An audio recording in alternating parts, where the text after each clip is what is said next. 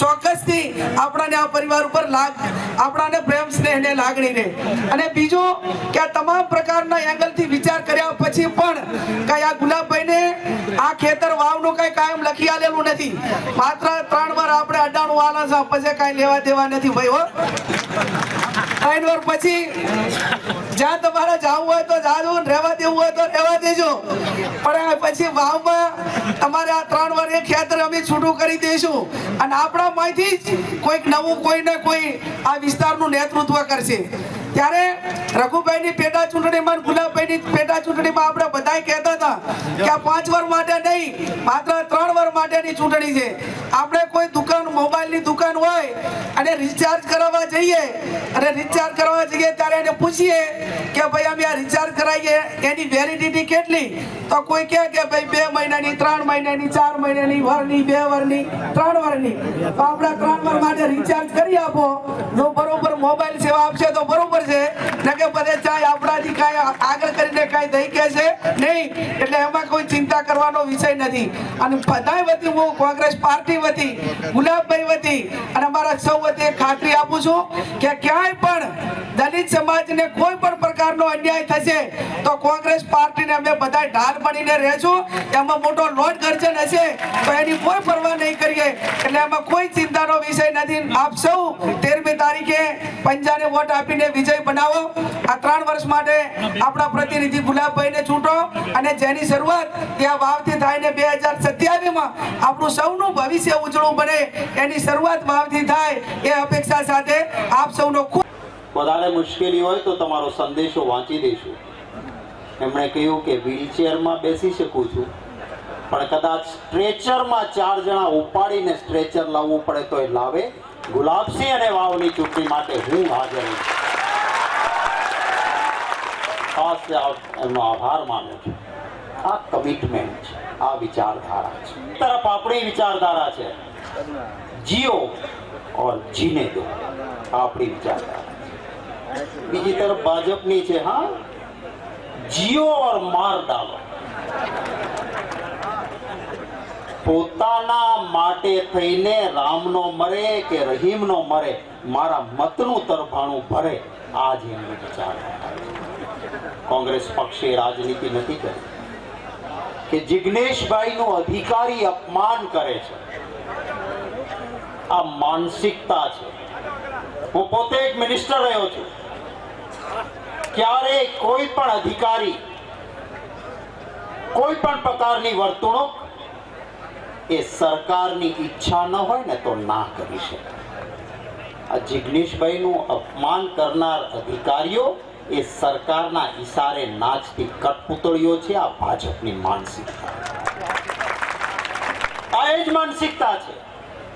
યાદ કરજો, એક આદિવાસીનો દીકરો ઝૂંપડામાં બેસીને બાણ વિદ્યાની પ્રેક્ટિસ કરે અને એટલો બધો હોશિયાર થાય, કારણ કે ઉપરવાળો છે ને એ મહેલમાં જન્મે કે ઝૂંપડામાં જન્મે, એના વચ્ચે ઉપરવાળો અન્યાય નથી કરતો. એ તો એ જ મગજ આપે છે. હું તો એમ કહું છું, ક્યારેક મહેલ કરતા ઝૂંપડાવાળાને ઉપરવાળો વધારે સારું મગજ આપતો હોય. અને એટલે એકલવ્યને એવી બાણ વિદ્યા આવડી જે કૌરવોને કે પાંડવોના દીકરાઓને નહોતી આવડી. અને ભસતા કૂતરાનું મોઢું એકલવ્યએ બાણથી બંધ કર્યું ને લોહીનું ટીપું ના પડ્યું એવી રીતે બંધ કર્યું.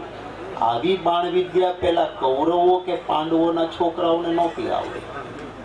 અને એટલા જ માટે એ કૌરવોના દીકરાઓ એકલવ્યનો વધ કરશે એવી ડર, એવા બીકના કારણે ગુરુ દ્રોણે એકલવ્યનો અંગૂઠો કાપ્યો હતો. આ એ વખતે હતું ને, એ જ આત્માઓ અત્યારે ભાજપમાં છે.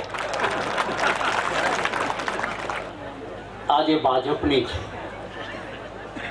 સરકાર અગાઉ કોંગ્રેસની હતી. આપ યાદ કરજો, ન હોય તો વડીલોને પૂછજો. કોંગ્રેસની સરકારમાં તમામ વર્ગનું પ્રતિનિધિત્વ રહે અને દલિત સમાજના નેતાઓ વિશેષ રીતે સન્માનિત રહેતા. નરસિંહભાઈ મકવાણા હોય, યોગેન્દ્રભાઈ મકવાણા હોય, મનુભાઈ પરમાર હોય, દોલતભાઈ પરમાર હોય, આ દલિત સમાજમાંથી આવતા નેતાઓ રાજ્યની નીતિ નક્કી કરવા માટે માલામાલ થઈને વાત કરીને વાત કરતા. અવાજ એમનો સંભળાતો હતો. આજે છે એવું કેમ? બોલે જ કોઈ? રામના નામે મત લેનારાને મેં કહ્યું હતું સંસદમાં કે રામ તો હૃદયમાં હોય, અને રામ એ હતા કે જેણે એક આદિવાસી માં શબરી માના એઠા બોર ખાધા હતા. આ રામ હતા. અને તમે મંદિરના ઉદ્ઘાટનમાં મોટા ફિલ્મ વાળી નાચનારા કોઈ હોય એને બોલાવ્યા, મોટા 2 પગવાળા આખલા જેવા ઉદ્યોગપતિને બોલાવ્યા આ મંદિરના અંદરના કાર્યક્રમમાં. કેમ મારો કોઈ દલિત ન દેખાણો, મારો આદિવાસી ન દેખાણો, મારો બક્ષી પંચ ન દેખાણો? એમને અંદર ન આવવા દીધું. રામ શબરીજીના એઠા બોર ખાઈ શકે, પણ ભાજપ વાળો દલિતના હાથનું પાણી પણ નથી પીતો. આ હકીકત છે. સ્વીકાર.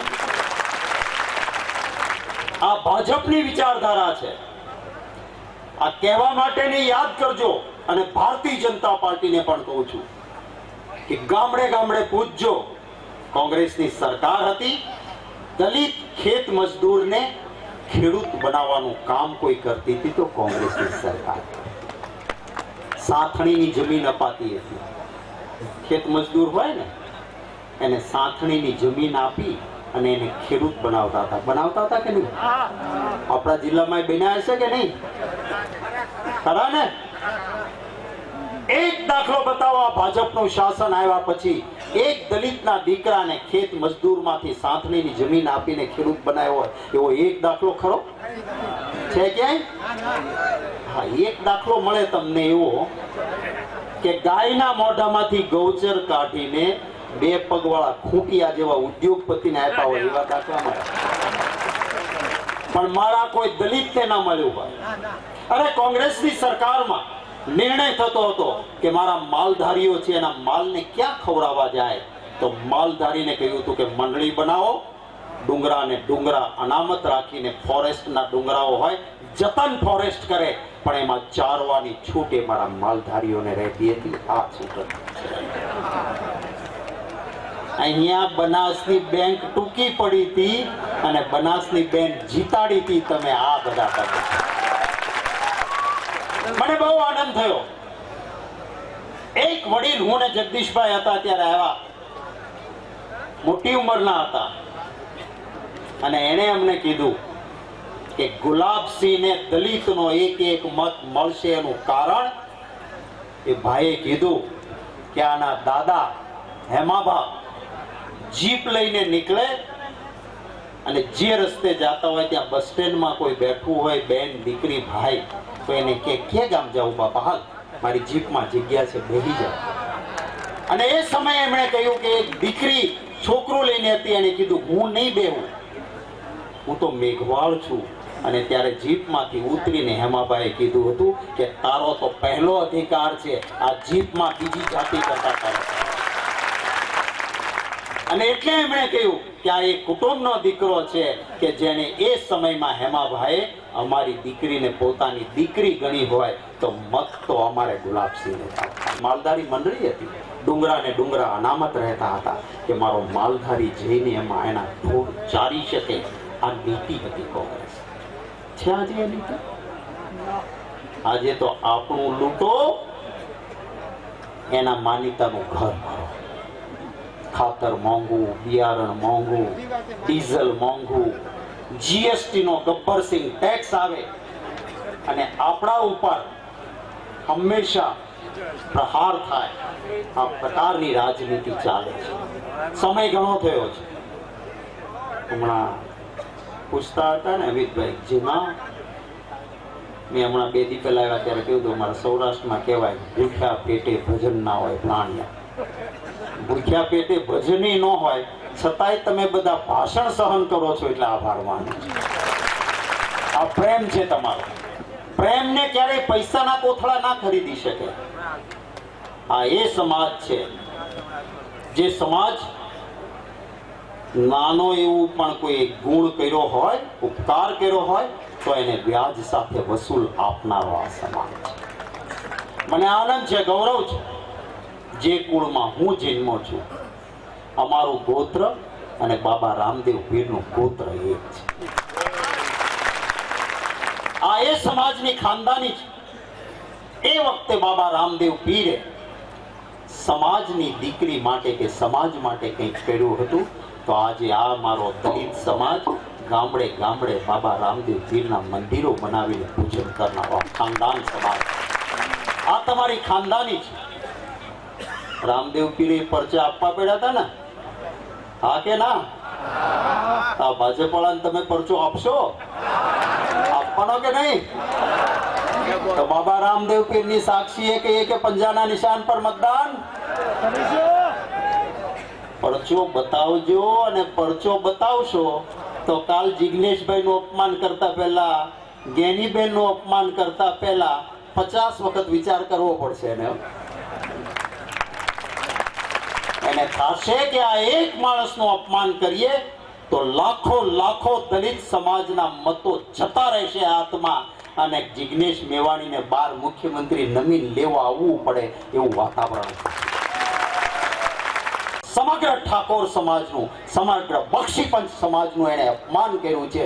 હું વિનંતી કરીશ કે સમગ્ર ઠાકોર સમાજ, સમગ્ર બક્ષીપંચ સમાજ એ કોઈ 5 ફૂટ કે 7 ફૂટીયો મંત્રી આવીને કોઈ વાત કરીને ગયો હોય તો એનો બદલો લે, એનો બરાબર બદલો લે કે મારી બહેનને તમે માઇકની બહેન કહી હતી, હવે જો કે અમે કેવો બદલો લઈએ છીએ, અને પછી કોઈ ભાજપિયાની તાકાત નહીં હોય કે મારી બહેનનું અપમાન કરી શકે. લોકશાહીમાં લોકો, જનતા જનાર્દન, આપ સૌના હાથમાં તાકાત છે. એ તાકાતનો પરચો બતાવજો. પંજાના નિશાન પર મતો આપીને ગુલાબસિંહને વિજય બનાવજો. એ વિજય આપ સૌનો હશે, આપની તાકાતનો વિજય હશે કહેવા માટે આવ્યો કે પગની આટલી પીડાને સહન કરીને પણ લોકશાહીના જતન માટે આવ્યા છે. આ તો એ જિલ્લો છે જેણે ગુજરાતનું ખૂબ સરસ નેતૃત્વ સ્વર્ગસ્થ પી.કે. ગઢવી સાહેબ હોય, હરિસિંહજી સાહેબ હોય, દોલતભાઈ પરમાર હોય, અને આજે જ્ઞાનીબેન સુધીના અનેક નેતાઓ આ જિલ્લાએ આપ્યા છે. એમાં એક છોગુ યુવાનનું વધારજો. એ કોઈ નેતા તરીકે નહીં, આપના બેટા તરીકે કામ કરે એવો ગુલાબસિંહ છે. ઓડિયન્સમાં બેઠેલા અને વાવની વિધાનસભાના એક દલિત સમાજના વ્યક્તિએ ફક્ત 3 વાક્યો બરાબર તમારા મગજમાં અને હૃદયમાં કોતરી નાખવાના છે, ઠસાઈ દેવાના છે. આ 3 વાક્યો સિવાય મારે લાંબા ભાષણની આજે કોઈ જરૂર નથી. એક, આરએસએસ, બીજેપી અને નરેન્દ્ર મોદી એ સૌથી વધારે કોઈ નેતાને, આરએસએસ અને ભાજપ સૌથી વધારે કોઈ એક નેતાને નફરત કરતા હોય એ છે ડોક્ટર બાબા સાહેબ આંબેડકર. યાદ રાખવું. આરએસએસ અને બીજેપી એ સૌથી વધારે કોઈ પુસ્તકને નફરત કરતા હોય એ છે બાબા સાહેબની કલમે લખાયેલું આ દેશનું બંધારણ. અને આરએસએસ અને બીજેપી એ સૌથી વધારે કોઈ નીતિને, કોઈ યોજનાને નફરત કરતા હોય તો આદિવાસી, ઓબીસી અને દલિત સમાજને મળનારી અનામત છે. એનો મતલબ એ કે આ આંબેડકર વિરોધી છે, સંવિધાન વિરોધી છે અને આરક્ષણ વિરોધી છે.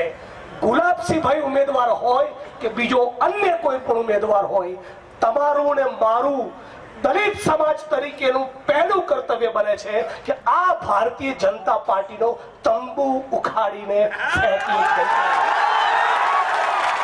એકદમ સરળ વ્યક્તિત્વના માણસ, બનાસકાંઠા જિલ્લામાં એકદમ આકરા થવાની સ્પર્ધા રાખી હોય તો હું ગેલીબેન 2 એવોર્ડ લઈ આવીએ, પણ આ સ્પર્ધામાં ગુલાબસિંહભાઈ સંપૂર્ણ ફેલ જાય. એવા સરળ વ્યક્તિત્વના માણસ છે. અગાઉ થરાદની ચૂંટણીમાં આપણે બધાએ એમનું નિખાલસ વ્યક્તિત્વ જોયું છે. એમના દાદાની બહુ જ મોટી શાખ, બહુ જ મોટી આબરૂ, એ મૂડી અને વિરાસતને આગળ વધારે એવું મારો ભાઈ છે. અને એટલા માટે મેં ચૂંટણીનું ફોર્મ ભર્યું હોય અને તમે કેવો ઉત્સાહ બતાવો, તમે કેવી તાકાત લગાડો, એવી તાકાત જો લગાડશો અને 90% વોટ, એક વોટ આગો પાછો થયા વગર 90% વોટ એ પંજાના નિશાન ઉપર 13 તારીખે 1 નંબરના બટન ઉપર ગુલાબસિંહ રાજપૂત ઉપર પડશે તો મને લાગશે કે તમે મારી મહેનત અને મારા કામનું સન્માન કરો છો. લાંબુ ભાષણ નથી કરવા માંગતો. મુખ્યમંત્રી પણ આવ્યા હતા તો રસ્તામાં થોડીક એમની સ્પીચ જોઈ, ગાય માતાની વાત કરતા હતા. આ ભાજપના લોકો ગૌ માંસનો વેપાર કરનારી કંપની જોડેથી ચૂંટણીમાં ફાળો લે છે. આટલા બેશરમ છે. અમને ઓળખી લો. ગૌ માંસનો વેપાર કરનારી કંપનીઓ જોડે ચૂંટણીમાં ફાળો લેવાનો અને વાવની વિધાનસભામાં આવીને ગાય માતાની જય બોલવાની. આ દંભીઓને ઓળખી લેજો. આરોગ્યની વાત કરતા હતા. પશુઓના, નાગરિકોના આરોગ્યની ચિંતા નથી. કેમ? બનાસકાંઠા જિલ્લામાં અમિતભાઈ, શક્તિભાઈ ને સૌ સાથીઓ, હું ધારાસભ્ય છું બીજી ટર્મથી. બનાસકાંઠા જિલ્લાનું એક પીએચસી, એક સીએચસી નથી જ્યાં એમઆરઆઈ ને સીટી સ્કેન નું મશીન તો ભૂલી જાઓ, લોહીના તપાસ માટેના બ્લડ સેલ કાઉન્ટરના અહીંયા ઠેકાણા નથી. એટલું ખાડે ગયેલું તંત્ર છે. કોંગ્રેસે બનાવેલી સરકારી શાળાઓ તમે વેચી મારી. હમણાં રસ્તામાં રખેવાળના પત્રકાર મિત્ર પોતે વાત કરતા હતા. એમણે પોતે સ્કૂલોમાં જઈને સર્વે કર્યો. 8મા અને 9મા ધોરણમાં ભણતો વિદ્યાર્થી એ ભાગાકાર અને ગુણાકાર નથી કરી શકતો. આટલું ખાડે ગયેલું શિક્ષણનું તંત્ર છે. અને એટલા માટે જ આપણે બધાએ આ ચૂંટણીમાં નાત, જાત, ધર્મ, કોમ બધું ભૂલી ડોક્ટર બાબા સાહેબ આંબેડકરના સંવિધાનને યાદ રાખી, કોંગ્રેસ પક્ષની વિચારધારાને યાદ રાખી, સર્વ સમાજે એક થઈને એ કોંગ્રેસ પાર્ટી અને ગુલાબસિંહને જીતાડવાના છે. मुकुल वासनिक जी उपस्थित है. उनके सामने एक छोटी सी बात हिंदी में रखना चाहता हूं. राजकुमार पांडे ने जो हरकत की उसको तो गुजरात प्रदेश कांग्रेस समिति और गुजरात के भीम सैनिकों ने मिलकर मजा चखा दिया. अच्छी खासी उसकी हेकड़ी उतार दी. लेकिन भाजपा की सरकार जिस मनुवादी सोच से चलती है, यही जातिवादी सोच गुजरात के कुछ अफसरों में भी घुसी है.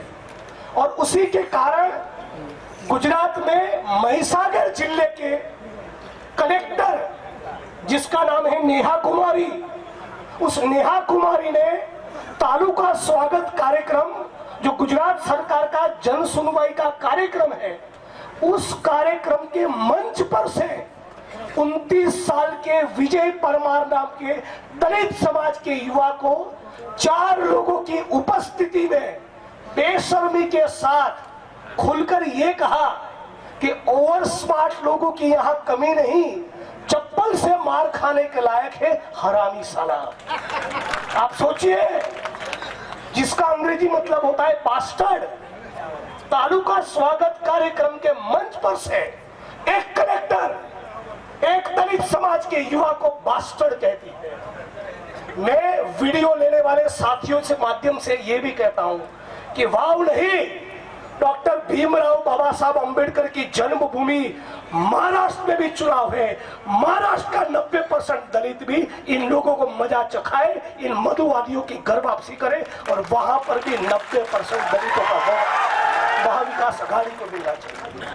वकीलों के बारे में पढ़ाई लिखाई उनकी कुछ है नहीं, आता बाता कुछ है नहीं, वकीली में चप्पल से मार खाने के काम करते हैं. इनको पता है कि वीडियो रिकॉर्डिंग हो रहा है, फिर भी ये कह लिए.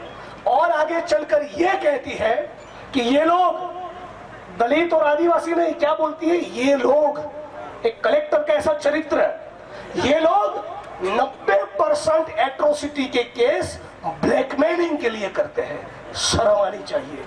और इसीलिए इस मंच पर से हम मांग करते हैं कि वाव के चुनाव में 90% दलित भाजपा का तंबू खाड़ फेंकने का संकल्प करें, ताकि मैसेज कमलम में भी जाए, गांधीनगर में भी जाए और महिसागर की कलेक्टर ऑफिस में भी संदेश जाना चाहिए. और इस मंच पर से मैं अनाउंसमेंट करता हूं कि 6 दिसंबर डॉक्टर बाबा साहब अंबेडकर का निर्वाण दिन, उस दिन दलित और आदिवासी मिलकर 10,000 का मोर्चा करेंगे, महिसागर जाएंगे और महिसागर कलेक्टर को सस्पेंड किया जाए, उसके खिलाफ एट्रोसिटी के तहत एफआईआर हो और उसकी गिरफ्तारी हो तब तक ये आंदोलन हमारा जारी रहेगा। इस बात का भी हम लोग आज संकल्प करते हैं। जबरदस्त परिणाम મળે, ગુલાબસિંહભાઈ અને કોંગ્રેસ પાર્ટી જીતે અને એમાં વાવ વિધાનસભાના દલિત સમાજનું ફાળો, એમનું યોગદાન મહત્વનું ગણાય।